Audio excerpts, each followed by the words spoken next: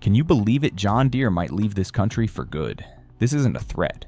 It's a reality slowly unfolding with wave after wave of layoffs, factory relocations, and mounting pressure from a few rising Asian nations. John Deere is moving some production from Iowa to Mexico. I'm just notifying John Deere right now. If you do that, we're putting a 200% tariff on everything that you want to sell into the United States. You might not drive a tractor, but if John Deere disappears, you'll feel it right on your dinner plate. A single harvester stops working in Iowa, an entire crop goes uncollected. One canceled order in Illinois, hundreds of workers laid off. A factory shuts down in Georgia, children forced to eat cheaper lunches at school. This isn't just about economics. It's a quiet crisis starting with tiny bolts and screws, but it could leave America hungry again. And today we're revealing the 10 U.S. states where John Deere is pulling out and where livelihoods are crumbling right behind it. 1. Iowa. Iowa isn't just losing a factory, it's losing the power to control the price of its own food. In 2025, when John Deere began downsizing operations and accelerating its overseas shift, Iowa was the first to feel the blow. No more new machinery arriving on time, no more repairs done when they're most needed, no more spare parts delivered within 48 hours like before. What's left farmers waking up in the middle of the night praying their old harvester doesn't break down at the peak of harvest season. And when the machines stop running, crops stay in the fields. Hundreds of acres of corn miss their harvest window, leading to lower quality, lower yields, and skyrocketing prices. Iowa's Agricultural Center has issued a warning if the shortage of equipment and skilled workers continues, local food prices could double in the next 12 months. For a state that once produced over 16% of the nation's corn and 13% of its soybeans, the consequences won't stop at Iowa's borders. Every time a machine sits idle in a field, it's not just money lost, it's food that never makes it to the people. A fertilizer shortage caused by John Deere pulling out of local supply chains has driven input costs up by 30%. At the same time, the transport system heavily dependent on agricultural machinery has begun to slow down. Longer warehouse storage, more spoiled goods, and in the end, higher prices on supermarket shelves. From the field to the dinner table, that chain is breaking link by link. And Iowa, once the golden grain belt of America, is now facing a bitter question. How can you feed the country if you're starving in your own backyard? Because the gears that once kept it all turning are gone. Iowa thought it was strong enough to withstand anything, but once John Deere pulled out, they realized no machine runs without its core. And sadly, the silence of idle engines in Iowa is just the beginning.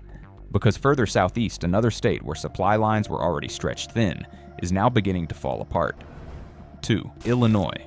Moline was once the pride of Illinois, a place where every child grew up hearing stories about John Deere tractors as symbols of resilience and honest labor. But in 2025, that symbol is collapsing quietly but cruelly. In less than 12 months, nearly 1,000 workers at factories in the Quad Cities lost their jobs. No more crowded mornings outside the Harvester Works gates. No more roaring engines kicking off a new shift. Just empty parking lots. And the silent stares of older folks who no longer know what to say to their children after dinner. As John Deere slashed production in preparation for shifting parts of its operations overseas, it wasn't just the assembly lines that ground to a halt, the entire community froze. A local diner that once fed factory workers lost 60% of its revenue in just 3 months. Our regional transport company shut down after losing its equipment hauling contract. Even the Rock Island High School canceled its technical internship program, because the industry it was training students for no longer promises a future. But the most dangerous consequence isn't economic, it's the loss of direction. Illinois residents used to believe that hard work would always pay off, but now it's the most loyal workers, the ones who gave decades to John Deere, who are the first to be cut from the system. No early warning, no clear explanation, just an email, a meeting, and then your name disappears from the shift schedule. John Deere's withdrawal doesn't just choke the local economy, it shakes the social foundation. Police report a noticeable uptick in petty theft, mostly from neighborhoods surrounding the plant. Food assistance centers are seeing 38% more new signups compared to last year. People aren't going hungry because of failed harvests. They're going hungry because no one is hiring them to produce those harvests anymore. Illinois once believed it was too big to fall, but maybe that belief lasted too long. Because by the time they realized the blade was at their throat, it was already cutting deep. And as the bleeding starts here further southeast, where communities are even more fragile, the tremors are just beginning. 3. Georgia. Georgia once believed it would be shielded from the coming storm of economic decline, because the John Deere plant in Grovetown still had lights on and workers coming through the gates. But in 2025, those lights began to dim, and the people slowly realized storms don't always arrive with thunder, they creep in with silence. Over 600 workers at the Grovetown facility were directly affected by production cutbacks. But the more terrifying reality wasn't just those who lost their jobs, it was the ones who stayed showing up each day, unsure if they'd still have a place next week. No one said what was really happening, but when the lines began to slow, when the parts shelves stopped being refilled, when orders were delayed indefinitely, people started to wonder, are these the final days? Grovetown isn't a big city. It breathes through a single lung, John Deere. And when that lung weakens, the whole town gasps for air. Schools cut technical programs as local businesses pulled funding. A neighborhood clinic reported a 40% drop in routine checkups as laid-off workers lost their health insurance. Even the once busy bakery packed with morning commuters now opens only half days. There's no one buying breakfast on their way to work anymore, the owner said. But the deepest wounds weren't inside the factory walls. They were out in the fields near Augusta, where farmers began seeing costs rise beyond their control. Delayed maintenance, late arriving parts.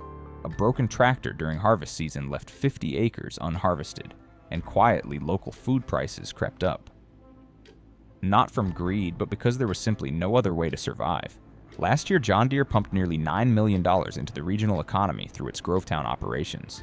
That number is shrinking. And in a town built almost entirely around the agricultural value chain, every lost dollar is another piece of land losing its ability to come back to life. Georgia didn't collapse in a single night. It simply wore down like a tire, slowly losing pressure until one day it could no longer move forward. And just like a stalled wheel when motion stops here, even places far away that once seemed stable start sliding down the same slope with no way to stop the drift. 4. Wisconsin. In Wisconsin, people don't wait for storms to start worrying about floods. But in 2025, they found themselves helpless as the economic waters receded, not because of drought, but because John Deere quietly pulled away. In the town of Horicon, John Deere's plant for lawnmowers and utility vehicles used to be the driving engine of eastern Wisconsin's industrial belt. No more morning shift whistles. No more trucks rolling out loaded with equipment. Instead, there are empty parking lots and silent shuttered warehouses. According to reports from local industrial zones, over 500 workers have lost their jobs directly or indirectly due to cutbacks in orders this year alone. But Wisconsin isn't just losing jobs. It's losing an entire value chain, the one manufacturing had nurtured for generations. Steel, rubber, and electronic suppliers in Madison-Fond du Lac and Janesville all reported a drop of more than 30% in orders from John Deere. One company that used to produce lawnmower blades exclusively for the Horicon plant was forced to shut down its main production line, laying off nearly its entire workforce. The impact spreads like a spider web. Heavy freight services in Milwaukee, once responsible for transporting equipment out to other states, cut 2/3 of their fleet because inventory no longer leaves the warehouses. Rail lines that used to move industrial farming equipment through Wisconsin have seen a significant drop in cargo volume. This isn't just a logistics problem, it's pushing transportation costs for food and consumer goods higher, raising grocery prices across the entire Midwest. And then there's an overlooked casualty industrial real estate. Warehouses and staging areas around Horicon, once leased long-term by John Deere's partners, are now sitting vacant. Small investors who poured money into logistics properties between 2017 and 2022 are now left with rapidly depreciating assets. No tenants, no buyers, just losses piling up. But the hardest thing to measure is trust. Trust that a skilled trade could feed a family. Trust that a vocational graduate from Waukesha could find stable work with a reputable company. Trust that skilled labor still had a future in America. John Deere didn't just close a factory, it pulled the rug from under an entire generation, now questioning whether they chose the wrong path. And if Wisconsin with its solid infrastructure and long-standing industrial heritage can be shaken this deeply, then a southern town where all hopes were pinned on one production line may soon fall into a silence too deep to escape. 5. Tennessee. Tennessee was once seen as John Deere's safe haven. The Greenville factory had operated steadily for decades, churning out thousands of lawnmowers each month for the entire southeastern U.S. But by 2025, what was once called stability is starting to look more like an illusion. The parking lots around the plant are still full, but inside output is shrinking. Shifts have been shortened. Orders no longer come in like clockwork. Signs of weakness creep in quietly, and no one dares to say it out loud. There's no need for a public announcement. People in Tennessee can feel it. A local diner chain in Greenville that used to stay open until 10 p.m. to serve night shift workers now closes at 5. A label printing company that once handled thousands of weekly orders for John Deere now operates with half the contracts. Families that depended on auxiliary manufacturing jobs are suddenly trapped because everything around them is simply coasting on fumes. The impact reaches beyond the factory floor. Tennessee had built a network of working-class housing around the plant since the 1990s, modest neighborhoods where mechanic families built their lives. But now, as John Deere's future dims, property values are falling. Local banks have started tightening their mortgage lending. A quiet chain reaction is unfolding. Industrial uncertainty is breeding household financial insecurity. And what about the vocational system? Regional trade schools once treated John Deere as a strategic partner, even designing mechanical training programs tailored to the company's standards. Now, many classes are being canceled due to low enrollment. Young people are realizing that investing in skills for a company that could walk away at any time is a gamble too risky to take. Tennessee isn't losing talent. It's losing the next generation, not because they lack potential, but because they no longer have faith. From a symbol of long-term prosperity, John Deere is now unraveling the quiet fabric of an entire community. And the bitterest part, it's not because the people failed, it's because they believed for too long in something they thought could never disappear.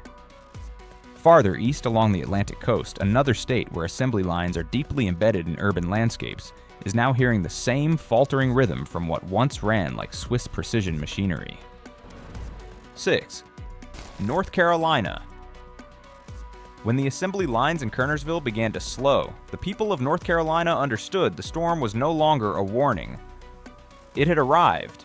No sirens, no formal announcements, just shortened shifts, inconsistent orders, and freight trucks that once bustled in and out of the factory now sat still, silent witnesses to a system quietly unraveling.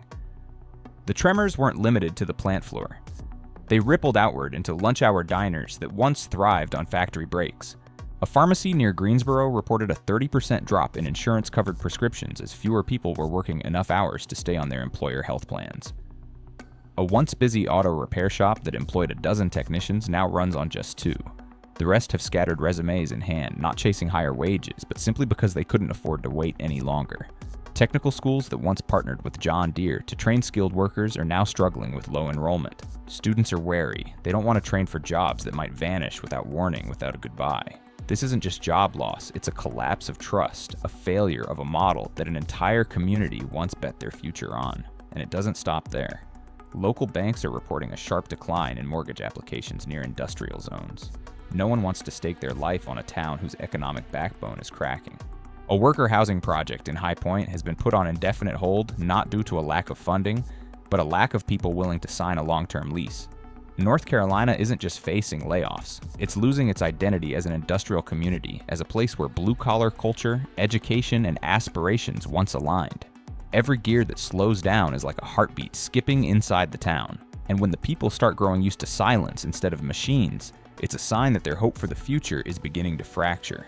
And downriver across the lowlands, another place, one that lives not by machines but by harvests, is beginning to feel the slow sinking weight of a withdrawal no one dares to name yet. 7. Louisiana. In Louisiana, people are used to storms, but what's rolling in now isn't wind or rain. It's a deadly silence. In Thibodaux, the John Deere plant once beat like the industrial heart of the town. Every morning, hundreds of workers would pour in to build the machines that kept Southern agriculture alive. But now that heartbeat is slowing, not because the machines are old, but because of decisions made far away in boardrooms, none of them will ever set foot in. The offshoring of production isn't just cutting jobs, it's cutting trust.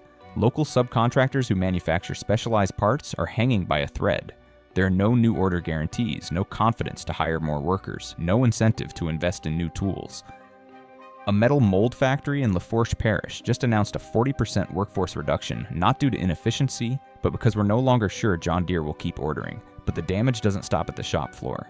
The technical high school in Houma, once proud to host career fairs in partnership with John Deere, has canceled 3 midterm classes due to low enrollment. Parents worry that sending their kids into a trade tied to a company that could vanish overnight is no longer a safe bet. What once looked like stability is now viewed as risk, and that fear is trickling into everyday life. A local clinic reported a rise in factory workers skipping routine health checks because they lost their employer health insurance. Microfinance shops have raised interest rates on personal loans, citing increased risk from borrowers in the manufacturing sector. Each slice of daily life is shrinking as if the entire town is holding its breath, waiting for something worse to happen. Louisiana has learned how to weather nature's wrath. But this no one prepared them for the kind of storm that arrives without a single drop of rain. And far away across the Central Plains, where wheat stretches out like a dry ocean, the sound of machinery is becoming disturbingly rare. 8. Kansas. There are no more engine roars echoing across Kansas's red dirt roads in the early mornings like before.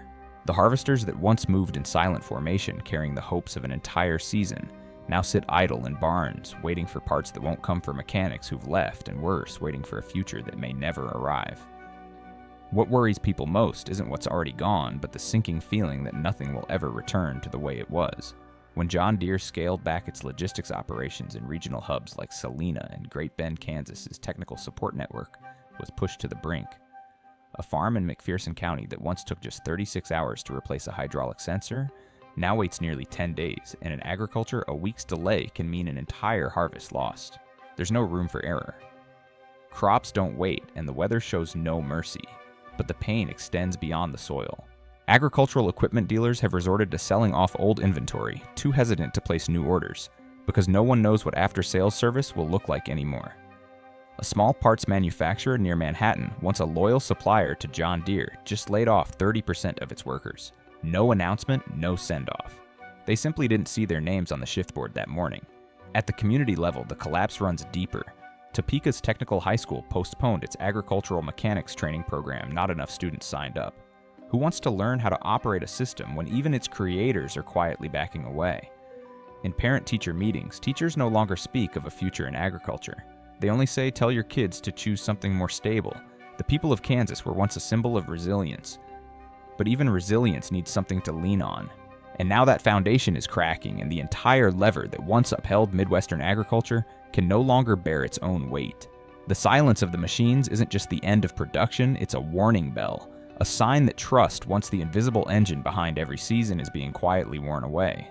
In just one state over where fields stretch out to meet the horizon, this year's planting season has begun, but no one is sure if there'll be enough machines left to finish the harvest when fall arrives. 9. North Dakota. In North Dakota, where winter blankets the fields in white and toughness is a way of life, no one ever imagined the first thing to disappear would be the tractors themselves. In the warehouses of Castleton, the roar of John Deere engines has faded not because of heavy snow, but because the spare parts have stopped arriving. No one speaks openly, yet uncertainty seeps quietly into conversations at churches and the small cafes lining Highway 94. The farmers here aren't accustomed to complaining. They work hard starting before the sun rises, but even their grit can't overcome this situation: a broken machine and a wait of more than 2 weeks for replacement parts. Meanwhile, the planting deadlines pass mercilessly by. They don't seek pity, they only want a system that works, and now that system is gone. Fargo, once a beacon of industry in the state, is losing its pulse. Agricultural supply vendors report that orders from large cooperatives have dropped by more than 30% in the first quarter of 2025 alone. A logistics hub in Grand Forks that handles John Deere equipment has cut operations down to 3 days a week. The trucks that once came and went nonstop now sit silent, a reminder that supply chains don't break with explosions, but with prolonged silence. The weight of this crisis presses heavily on the younger generation. At a career fair and Minot agricultural mechanics classes once packed are now nearly empty. Parents candidly say they don't want their children pursuing a field where the leader is quietly pulling out. The feeling of being left behind is no longer just a feeling, it's a living reality shaping every decision. North Dakota is a state of doers, not complainers. But as stability unravels one link at a time, and as industrial icons quietly withdraw, they are forced to ask who will stand with them at the next harvest. And while the snow slowly melts in the north in the red earth of the American heartland, a different kind of frost is forming not from nature, but from the cold silence of a farewell never announced. 10. Missouri. In Missouri, you don't have to wait until harvest season to see John Deere gradually withdrawing from people's lives. That feeling of emptiness starts from the faded signs on the mechanic shops once tied to the brand's name, spreading into neighborhoods that once thrived on the wages of engineers and workers. In Springfield, the mornings that used to buzz with workers heading to their jobs have become quieter. No honking horns, no mechanical noises, just a thin mist enveloping an uncertain future. Stratford, once proud as a center for agricultural equipment remanufacturing, has become a test of patience for its residents.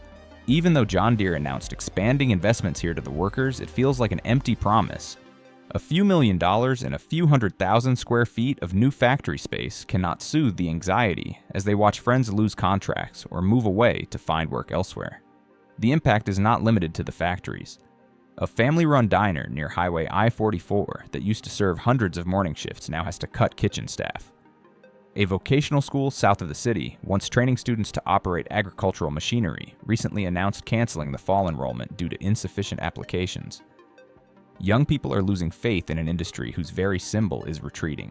Farmers in Columbia's suburbs who relied on John Deere's distribution network to maintain planting schedules are forced to rent equipment from more distant, more expensive sources. One farm owner shared just one broken drive unit, and waiting nearly 20 days without parts, the crops are essentially lost. When production cycles are disrupted, the losses aren't just financial, they threaten the very survival of a way of life dependent on the land. In poorer neighborhoods around St. Joseph, local government aid, partially funded by taxes from industrial zones, is being tightened. A community center for children recently cut back its programs due to unstable funding. As jobs vanish, social support disappears with them. Missouri once stood as a strong link in America's agricultural supply chain, but as links like John Deere begin to pull away, no one knows when the chain will finally break. And in another state where the plains stretch endlessly to the horizon, silent cracks are quietly starting to form as well. If a brand like John Deere, once regarded as a symbol closely tied to the strength and resilience of American agriculture, can quietly withdraw like this, then what awaits us ahead? Can a nation that was once strong continue to stand firm when the pillars of rural life and production gradually crack and disappear?